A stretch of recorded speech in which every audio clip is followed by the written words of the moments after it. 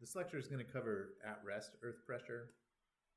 And at-rest earth pressure is a really important topic for a lot of applications. For example, in urban areas, when we dig an excavation, a lot of the time we don't want the ground to move because there may be infrastructure to the side of our excavation up on top. And if that excavation starts shifting inward, there will be settlement and potential damage to the surrounding infrastructure. As a result, we need to design our shoring system to accommodate the at-rest earth pressure. Basically, if we can build the excavation and maintain the horizontal pressures that existed in the soil prior to making the excavation, then we won't get any lateral movement. And the at-rest earth pressure is generally significantly higher than the active earth pressure. And so it's important to characterize what it is. At-rest earth pressure depends really kind of on two things. One is the material properties, and the second thing are the loading conditions. And so what we're going to do is make an assumption about loading conditions where we have some vertical pressure, like here's our little soil element. There's some vertical pressure, and then there's no horizontal strain that happens as a result of application of that vertical pressure. So that would be like what happens if you had an infinitely long ground surface, a half space, and there was some loading that occurred infinitely on that half space. There would be vertical strain, but no horizontal strain. And there would be vertical pressure and some increment of horizontal pressure that arises. So that's the loading condition that's most commonly associated with at-rest earth pressure. And then we define it as K naught is equal to sigma H prime divided by sigma V prime. Usually at-rest earth pressure is smaller than 1. It is possible that you could have a horizontal pressure that's bigger than the vertical pressure if, for example, you apply loading in the horizontal direction. So under the loading conditions that we've assumed, where the ground surface is here, there's vertical pressure applied, and the horizontal pressure arises as a result of that vertical pressure with zero horizontal strain, then K naught is going to be less than 1. So if we plot that as a Mohr circle, right, maybe this is our, say here's sigma V prime, that would be our major principal stress, and sigma H prime might be here. And we would have a circle that's something like that. And notice that we're not close to failure here, right? Here's our Mohr Coulomb failure envelope for a cohesionless material. At-rest pressure is not going to cause a failure condition, but it does mean that we're not starting at a point. Okay, there is an initial Mohr circle that happens, and then oftentimes we're adding loading on top of this condition. And so it's important to keep in mind that you're starting from a condition with some shearing, and then what loading, how does the evolution of loading change this Mohr circle so that it might touch the failure surface. All right, now it turns out that we can derive the K naught constant using elasticity theory. And I don't know if you've taken a class on the three-dimensional theory of elasticity, but this is the field equation for stress for homogeneous, linear elastic, isotropic elasticity theory. So sigma ij, the ij are indices that correspond to the different components of loading. So like 1 might be the vertical direction, and then the first one would say that we're worried about stress in that direction. And the second one would be we're worried about stress perpendicular to that direction. So 1, 1 might be the vertical stress acting on a horizontal plane. 1, 2 would be the shear stress acting in the 1, 2 direction. Sometimes that's a tau. Okay, and then in index notation, here's our strain quantity, and the Ks are repeated, which means that we would sum up all of the strains along the diagonal. So the epsilon kk is the trace of the strain tensor. It's basically epsilon 1, 1 plus epsilon 2, 2 plus epsilon 3, 3. And then this delta ij is the Kronecker delta. It's equal to 1 if I is equal to j. It's equal to 0 otherwise. So it's basically a rank 2 identity tensor 3 by 3 matrix, right? Pretty straightforward. That's delta, and then delta ij are the components of that identity tensor. So we have the equations here. We have the Lemay constant, That's one of the constants that we can assign for linear elastic isotropic material. And then we have another term over here that's in terms of G, which is the shear modulus. And we can write the Lemay constant in terms of shear modulus and Poisson's ratio also, if we want to. Basically, for linear elastic homogeneous elasticity theory, you just need two constants to fully define the elastic condition. Oftentimes, we'll define like a shear modulus and a Poisson's ratio, or a Young's modulus and a Poisson's ratio, or something like that. But typically, this field equation is written in terms of the Lemay constant because it makes the expressions a little bit shorter. Now, we can take this equation and impose on it the assumptions we've made about the loading condition that gives rise to at-rest earth pressure. Namely, that would be that the epsilon 1,1 is equal to the strain in the vertical direction, and all other epsilons are equal to 0. Okay, so we're having vertical strain, the out-of-plane strain is 0, the in-plane horizontal strain is 0, and there's no shear strains in any direction, in any loading direction. So we only have one strain component. We can plug that strain component into this equation. So in particular, epsilon kk is the trace of the strain tensor. It's just equal to epsilon z. And then epsilon ij is equal to epsilon z if I and j are both 1, and it's just 0 otherwise. So for sigma 1, 1, we would plug in I and j equals 1. That's going to be lambda times epsilon z. That's this term here, plus 2g times epsilon z right there. And then the two horizontal components will not have this component because epsilon 2,2 is 0 and epsilon 3,3 is 0. So they're both just equal to lambda times epsilon z. All right, and then K naught is equal to the horizontal stress divided by the vertical stress. And you could pick either of these horizontal stresses. It doesn't matter. I've picked the 2,2 component here. So that's our ratio that will give you the horizontal to vertical stress. And it simplifies out pretty nicely. You get this equation right here with the lambda epsilon z over lambda plus 2g epsilon z. Fortunately for us, the epsilon z's cancel out. So the ratio of stresses do not depend on the vertical strain and therefore do not depend on the amount of vertical stress. So K naught is just lambda divided by lambda plus 2g. And then if we take our definition of lambda up here in terms of g and Poisson's ratio, we can plug those in and we get a lot of things cancel out, right? You get this equation up here on the top is that lambda, this one is that lambda, and then you got the plus 2g. And I've multiplied by 1 minus 2 nu over 1 minus 2 nu just to be able to sum these bottom terms up. And you'll notice that a lot of things cancel. 1 minus 2 nu, that all cancels out. The 2g, that cancels out.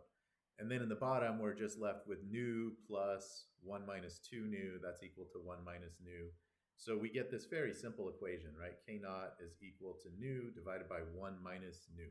So if you have a Poisson's ratio, you're doing a problem in a finite element analysis or something like that, you can't independently specify K naught and Poisson's ratio. They depend upon each other. And so if, for example, you take your finite element mesh and you give it vertical loading and everything's elastic, you're going to find that K naught is determined by the Poisson's ratio. Okay, another thing too is that there is a K naught line in QP prime space. So we're often worried about stress paths for soil. How is the soil going to move in QP prime space and so forth? I should erase that prime. Let's get rid of that. Here we go. We got QP prime. And all right, here's our stress condition over here, right? We have a vertical stress and then two horizontal stresses that are the same. And then all the other stresses are equal to 0 because we're assuming that we have vertical stress and resulting horizontal stresses arising from the condition of 0 horizontal strain, but there's no shear stress in any direction. So under that loading condition, we would have the deviator stress is just sigma v prime minus sigma h prime, which can be written as sigma v prime times 1 minus K naught. And then P prime is the average of the three principal stress components, and that's just 1/3 of sigma v prime plus 2 sigma h prime, or 1/3 sigma v prime times 1 plus 2 K naught. So now we can compute what is the slope of this line, this M line. It would also be related to a line that you could sketch tangent to the initial Mohr circle. It'll be less than the friction angle, but there is some shear stress at the beginning. So anyway, we would have M K naught, that's the K naught line here. The slope of that line is Q over P prime, given this loading condition. And we can plug in some values here, and you end up with 3 times 1 minus K naught over 1 plus 2 K naught. So if you know K naught, you can always sketch this initial loading line. And then oftentimes we'll know a critical state line, for example. And now we have all the information we need to know. Like for a simple shear stress path, you would start on the K naught line. Usually simple shear is K naught consolidated. The simple shear stress path is vertical for drain loading, so you would go up to the critical state line here and fail right there. Now, if the material is dense, it might go above the critical state line and come back down and mobilize some kind of peak friction angle up here. But I'm just saying it's starting there and ending there. Okay, alternatively, we can plug in our equation for K naught in terms of Poisson's ratio, and here's the alternative expression for the slope of the K naught line in QP prime space in terms of Poisson's ratio instead. All right, so the important thing I want to get across is that K naught unequal to 1 means that the soil is already in a state of shear. Okay, a lot of the time for level ground conditions, we ignore that. We think, oh, the soil's starting out in an initial condition that's unsheared, and then we're going to come and add load to it, like a footing or something like that. We also often ignore the K naught in laboratory test interpretation, right? For a direct simple shear test, we'll do things like take the shear stress on horizontal and vertical planes as being equal to the undrained shear strength. That's strictly not true because you're starting out in a state of shear and then you're adding shear stress to it and then you're failing. And if you really want to know the diameter of the Mohr circle at failure, it's not exactly equal to the shear stress on horizontal and vertical planes. So anyway, it's often neglected. It's important to keep this in mind, right? It's starting out in an initial condition of some shear. Now, one problem with the linear elastic theory is that soil is not an elastic isotropic material, right? It's nonlinear pretty much from the outset. We know even from Mendelin's theory of elastic spheres interacting with each other that there's going to be slip under pretty much from the very beginning. And so we turn to experiments to define K naught. We need a way to define the Poisson's ratio or the K naught value. And Jakey was the first one to propose this, that for normally consolidated soil, K naught is 1 minus sine phi prime. This may seem a little funny, like why would a non-failure stress state depend on phi prime, which is a failure parameter? Well, it seemed to work out. There's no fundamental justification for this law. This is not like an active earth pressure or a passive earth pressure, which actually are able to be derived from failure principles. This is just kind of like a rough estimate or an empirical relationship. All right, now there subsequently was work done to look at overconsolidated soil. And you'll find this in a lot of textbooks. It's been found that K naught is higher for overconsolidated soil. I'll talk about this in just a minute as well, because I'm not sure that this is actually true, but I do need to put it in this lecture because it's very common and it's in textbooks all over the place and everything. So for example, Main and Kolhawi recommended that you modify the K naught term by an OCR raised to the sine phi prime in order to account for the increase of K naught as overconsolidation increases. This is often explained as like when you vertically load the soil, you generate vertical pressure, you generate horizontal pressure according to K naught. Then if you remove that vertical load, there remains locked in some horizontal pressure. It's like you've permanently locked in this horizontal pressure, like the soil's interlocking with each other or something like that. So this is definitely not an elastic response. This is plasticity, right? If it's true, it has to be a plasticity response, because elasticity means that you would load and then when you unload, you would follow the same stress path. So this is implying significant hysteresis in the vertical stress versus horizontal stress space. So you could imagine a load is applied here, you're ramping up sigma v prime on the soil, and sigma h prime is increasing, and maybe the slope of this is k naught, right? Yeah, the slope would be, let's see, this line right here would be k naught. This should be steeper. Horizontal pressure should be less than vertical pressure. Anyway, then when you unload, the soil is now becoming progressively more over-consolidated during unloading. So if you keep adapting this OCR to increase as unloading progresses, you're going to follow a curved path like this, where you've got this loading up and then hysteresis in the unloading behavior. Now, this is not stress-strain, right? This is stress-stress. But anyway, a linear elastic material would load like this, and then it would follow the exact same path back. It would not have this hysteresis. So yeah, this is often explained as having locked-in stress, and it's a plasticity thing that happens. All right, now one of the fundamental issues is that it's really hard to measure K naught. All right, the way that this is often done is to use a device like what's shown here, where you have some kind of a cell, and then maybe against the wall or sometimes in the middle of the soil, you put a sensor to measure horizontal pressure. You know the vertical pressure that's applied, right? Here's the sigma v prime.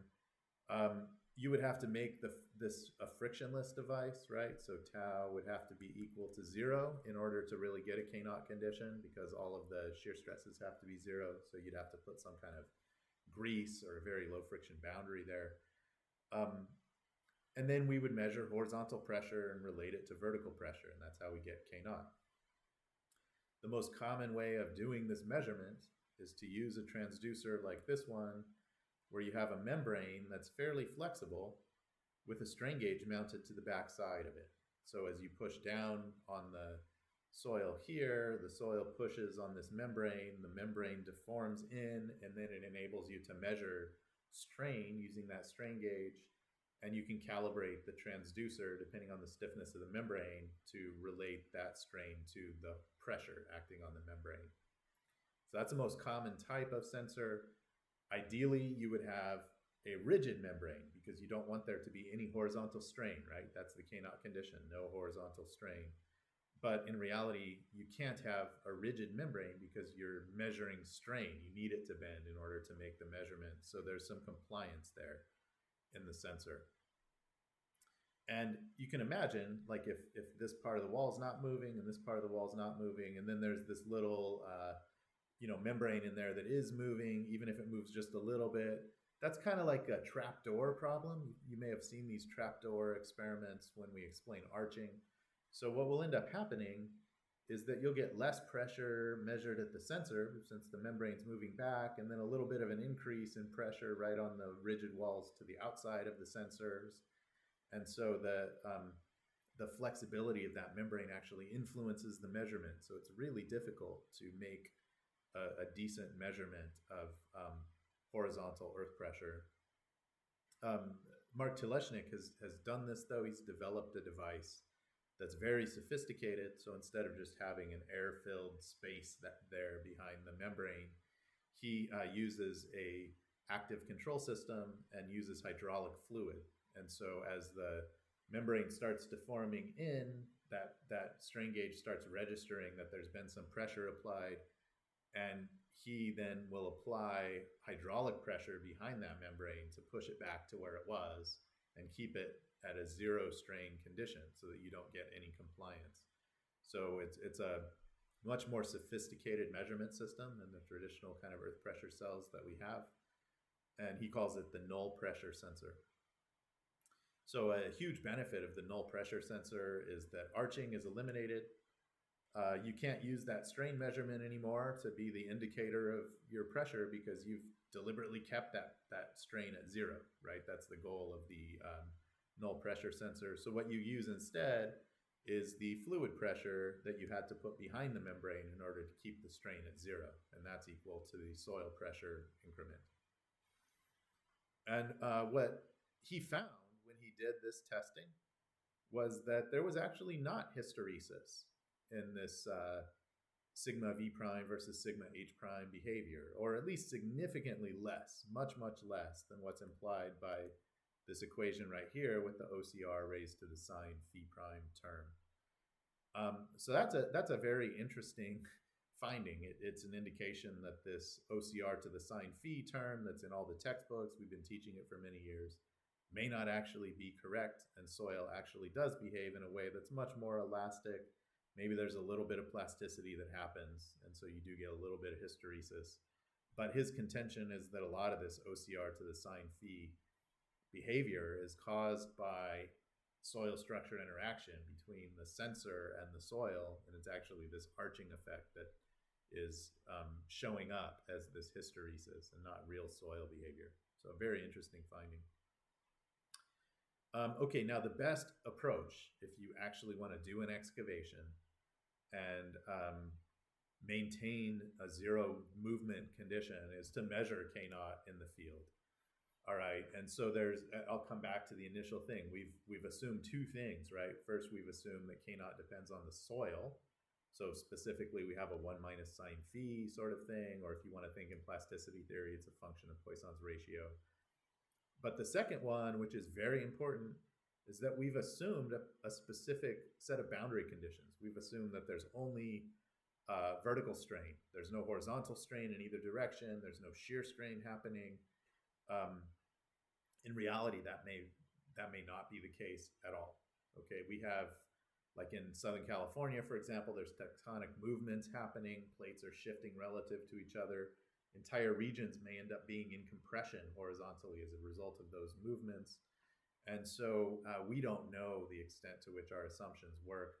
Of course, anytime you have a hill or anything that deviates from level ground, our K naught assumption of those loading conditions is not going to be satisfied. So it's best just to make the measurement. And the best way to make the measurement is to use a pressure meter. Here's a schematic from this webpage, geotechnical design webpage right here. The pressure meter here is showing that there's a cased borehole. So you drill down, you have a casing, and then there's an uncased pre-bored part of the hole there. And you lower this pressure meter down into the pre-bored hole as shown here. And then there's a pump at the top that will inflate the pressure meter and push it against the walls of the borehole. And you can record the pressure and you can record the volume of fluid that's being injected. And so that will give you a direct way of measuring K naught in the field. And I will say here in Southern California, there was a case with the gold line when the excavations were being constructed where the horizontal earth pressures in situ were actually, K naught was higher than 1, right? The horizontal pressure was bigger than the vertical pressure. So I'm not really sure exactly what caused that. It may be tectonic compression. It may be over consolidation if you buy into the locked in pressure theory.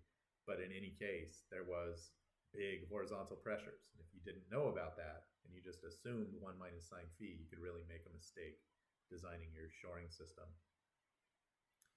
I wish we did more pressure meter testing. It's much more commonly done in Europe. I think that we should do it more here for our excavation projects. Then there's the dilatometer as well. This is a flat plate that gets pushed into the ground. This is from this website, marchettidmt.it. So Marchetti is an Italian geotechnical engineer. And basically it works kind of like a pressure meter. There's a little membrane inside the flat plate dilatometer, and you can inflate it and push into the soil and measure the response of the soil to that pressure. So you can get a at-rest earth pressure this way as well.